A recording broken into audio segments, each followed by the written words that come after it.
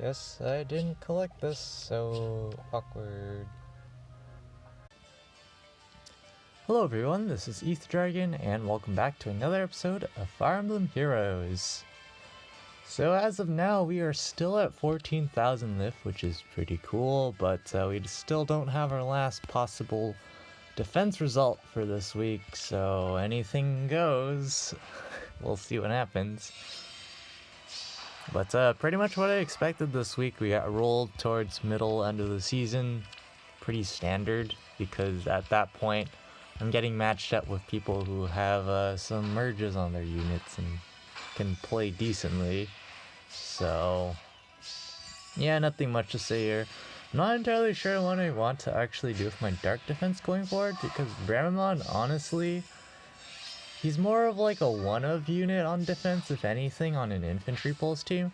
Is the problem of having two of him is that, sure, if people aren't prepared for him, he's going to hurt a lot, but otherwise he's kind of just a super low HP, easy setup for Gale Force or something unit.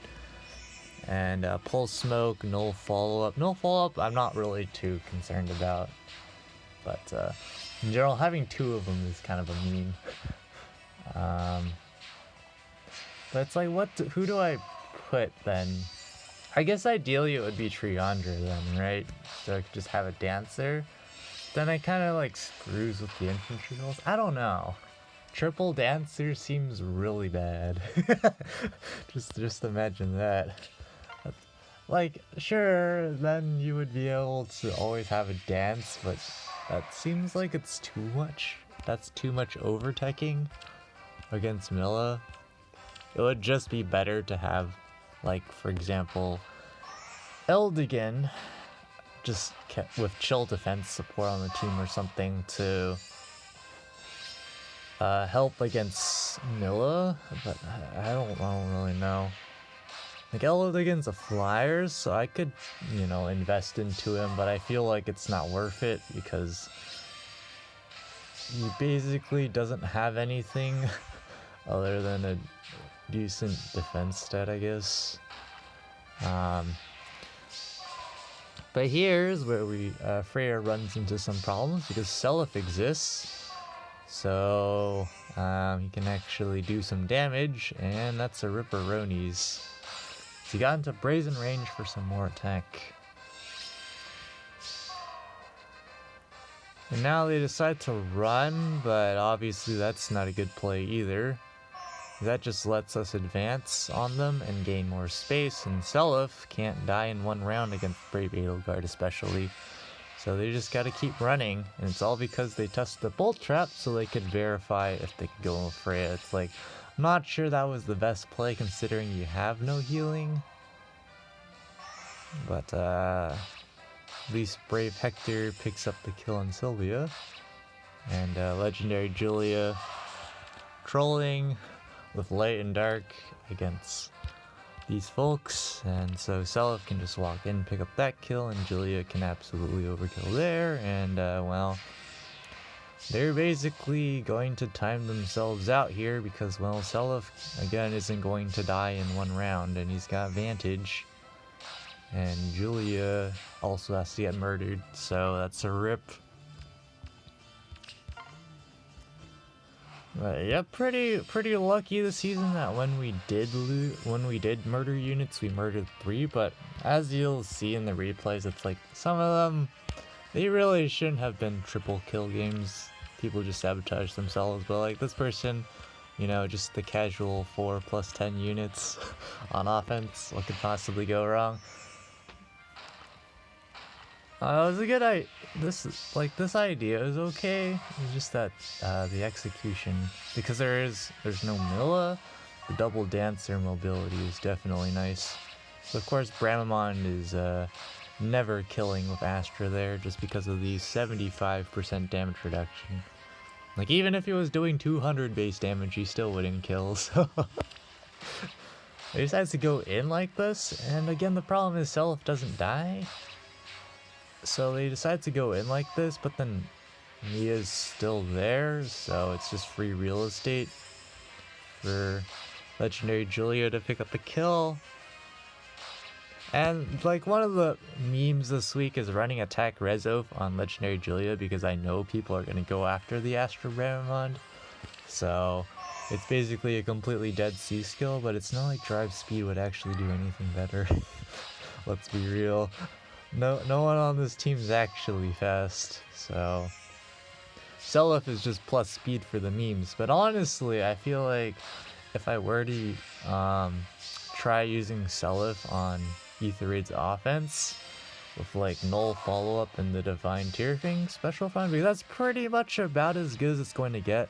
Null follow-up is so important because of stuff like impacts and of course auto follow-ups from like Bramon or Bullfighter armors or whatever. There's plenty of stuff that null follow-up techs on really hard, but usually the main problem with null follow-up is that you can't double consistently, but at least with Divine Tearfing, as long as you know it's actually refined and stuff, you can get a pretty decently consistent double. But here it shouldn't be much of a surprise that this is going to be an absolute roll against a full plus 10 team. What could possibly go wrong? Of course they have their Bolt Tower in a nice spots, so in principle, like Legendary Leaf, if they didn't have their Bolt Tower here, this is why I don't usually put Seliph in column 3, but I was like, it doesn't matter this week, so we're just going to do it. The reason why it's not good for Seliph to be on column 3 is because so many people, myself included, put Bolt Tower in column 3, so they get the free damage, and so that way Legendary Leaf can one-round KO that way. Because otherwise, there's no way Legendary Leaf is doing, what is that, 90s, over 100 base damage in one shot, because it also has attack defense bond active. So in principle, you know, it wouldn't have worked. They would have to deal Vantage, but of course Seliph's Vantage actually isn't that scary. The main thing that would be scary is if Legendary Leaf got doubled, but again, Seliph isn't fast enough to double, considering they had the Hone Speed shenanigans, and they have double dancers. So they go for this play, and they decide to attack Seliph, which is fine. And then they can just leave because they've isolated Sylvia, so it's GG's. But yeah, the main problem with running someone like Eldigan is that he's not infantry, so that means I can't really run infantry pulse. So it's kind of awkward. Of course, if I want to actually build a proper infantry pulse team, then I should start putting it on my lower HP units so I can actually make a complete ladder. Because right now it's just 3 high HP bots, basically, 2 of them being dancers for convenience.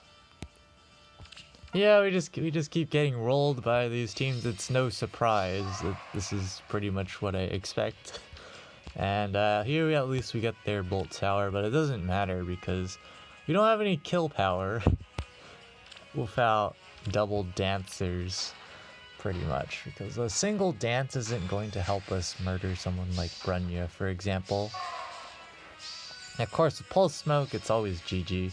I mean, I'm really not going to bother doing much to tech against those shenanigans. Yeah, Astro Bramamon really didn't do much this week, but it's just there for the memes. They take their time to set up. I'm not entirely sure what they were waiting for, but unfortunately there, Brunya doesn't actually pick up the one-round KO. It doesn't matter, of course, because Selph's not actually going to be able to do any damage anyways. So, and in that way, they can guarantee they pick up the Ether Structure, I guess. But yeah, Bramamon's not going to do that much. If I want to make Bramamon do something useful, then I would have to probably get some investment into him. But you know, if Legendary Julia could have gotten more hits in, she actually would have done okay, honestly. Because then the Tamari wouldn't exist. But of course, Brunya probably was still... I'm pretty sure Brunya still lives a hit. but at least it would have been closer. That's the problem. When we only have 2 dancers and they isolate one of them. And then they're gonna go pick up the kill on Sylvia here, so there's no antics there. And that's just ripperonis for us.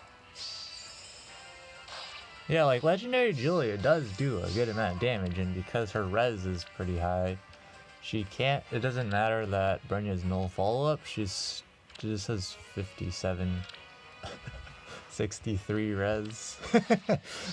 So, of course, the Pulse Smoke's definitely helping out, because that iceberg would do quite a bit. But yeah, that's why Pulse Smoke is super useful in Ether Raids. His specials are basically the only main way you're actually going to murder super tanky units. It's pretty unheard of to just casually 1-round KO, or just like deal with enemy units by just casually using pure skills and no specials. It's pretty difficult. You need to have some insane stats to do that.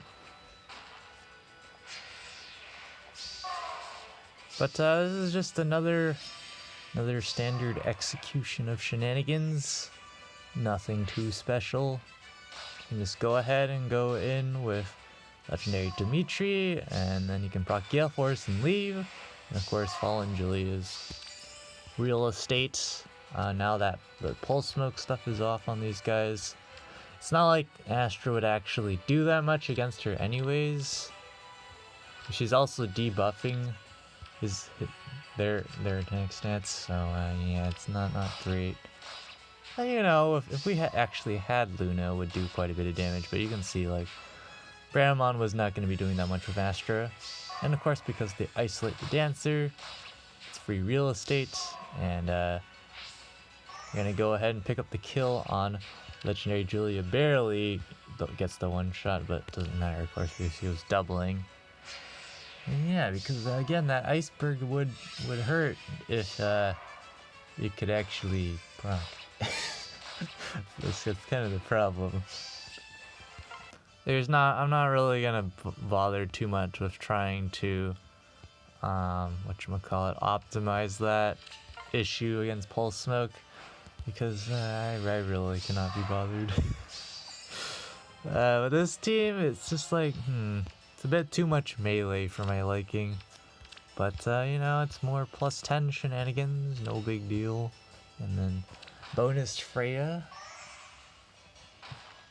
Freya definitely did some stuff this week for people, especially since she's a bonus, because of +10 HP. Pretty useful. Maybe not so much for Gale Force, Wings of Mercy strats or whatever, if people did that this week. But, yeah. I wonder how she's going to fare long term. She's definitely a pretty solid unit nowadays. But, yeah, this obviously wasn't going to pan out well. They just immediately assumed this heavy trap wasn't real for some reason. I'm not entirely sure why. But it's like, even if you got the attack in, it just procs Panic Smoke, and he can't actually proc Gale Force, because it's at 5 cooldowns, so not entirely sure what that was supposed to achieve, but at least Astra did something there. And of course Bramon can just walk around and do things. And Zelef actually picks up the 1-shot there. Definitely not because of the panicked buffs and probably Bright Shrine or whatever. I don't know. Bright Shrine's probably on Corrin. Zelef actually did something. Fantastic. And then of course he doesn't 1-shot. There's no way he would do that. And then they, well, get debuffed again because Gentle Dream. So even Nils can do lots of damage. And of course Luna is gone from Bramon, but it doesn't matter. And yeah, at this point, well, Peony's not going to 1v4 this. So that's a Ripperonis. And well, for the current last match of this season, Really, the only way I'll be able to tell if I actually kept 14k lift this season is by rank, so let's keep an eye on that one.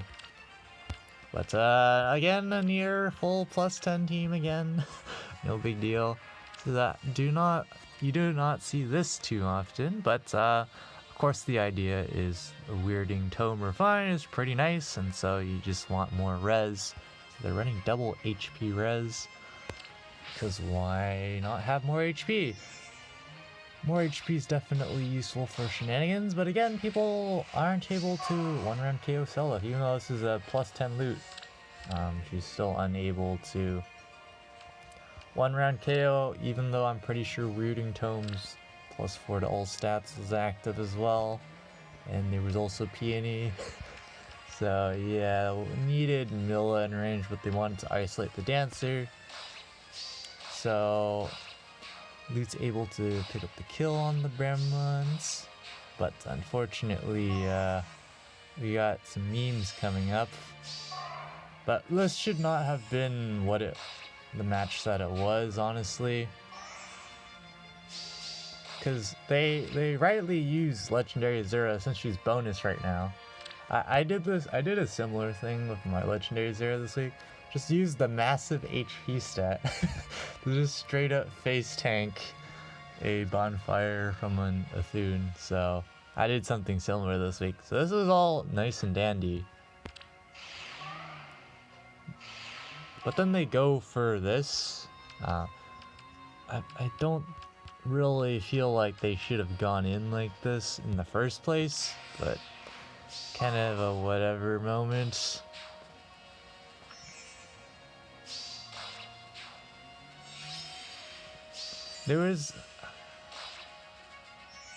Wait a second. I feel like I missed a replay somewhere, because I remember there was like a replay this week where someone lost 3 units, and so they really didn't have to lose another unit here. They could have left. They had the churns. I don't know why they had to sack another one of their units. They didn't need to at all. They could have just left. But I feel like I missed a replay somewhere. What the heck? Was it this one? We're just going to go through this really quick. No, I'm pretty sure I already showed this one.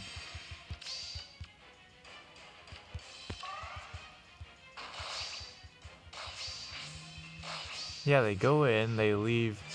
I think I just forgot to comment this, because I think I did comment this on my previous episode, one of my Ether Raids offense episodes, about how they use air here to attack Seliph instead of Byleth, when Byleth clearly has a wind sweep and is definitely outspeeding Seliph.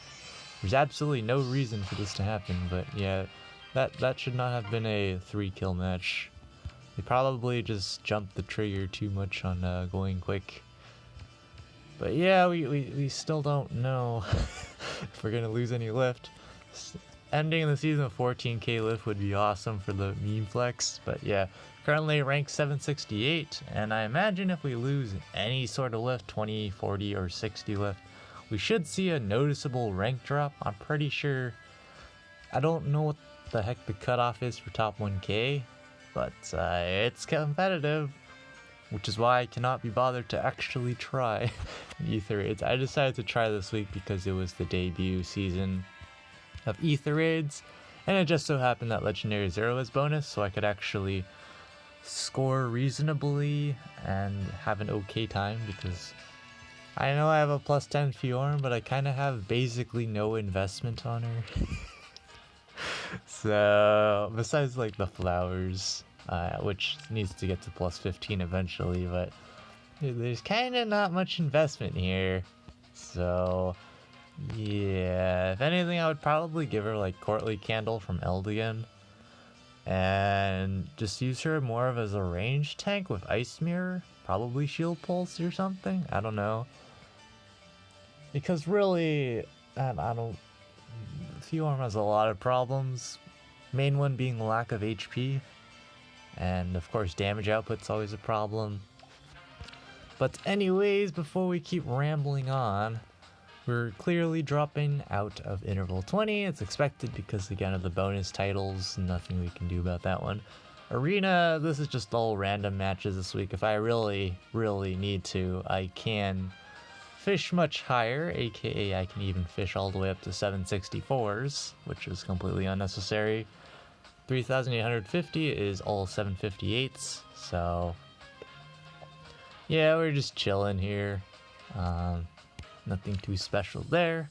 And Arena Assaults, well, just another one and done week shenanigans, easy top 1k. And with that, well, I guess we'll be back if there's any final replays, but at this rate, people are probably just gonna troll me and fight my team last minute or something silly. And so, yeah, we'll probably be back just before the end of the season or something, so we can see my rank before the end of the season, just before the end of the season, to get an idea, if a pretty good idea if we made,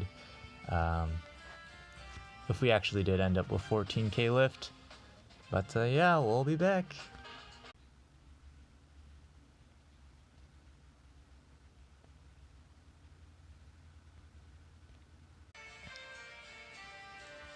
Well, there we go. Looks like we did end out the season of 14k lift because we didn't lose any ranks at all. So I'm pretty sure that's a safe assumption, right? Yep, we're just gonna get rolled on defense. Nothing much to say there. Probably gonna regret infantry school in column 1, but we'll worry about that when we start losing matches. And yep, dropping interval 19. Should be staying in tier 21 unless literally everyone decided to play arena for real like 5 minutes before the season ended, which is not very probable. So it's gonna be a bit brain damage this week trying to stay in tier 21 because it's not water season. But worst case scenario, I burn an Earth Blessing to score more. But that's going to be it for this episode. Thanks for watching. As always, this is Ether Dragon, and hope to see you all next time. Bye!